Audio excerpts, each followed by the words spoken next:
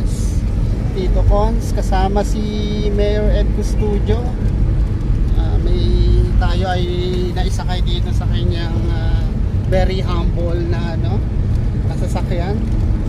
So marami-rami na po kami naikot na kababayan natin din sa GMA.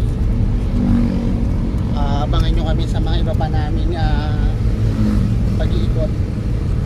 Dito yung pinagawa natin na kalsada. Yung sa ano yan.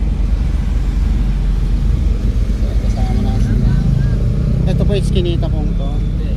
Mayroon akong pinagawa rito kalsada eh.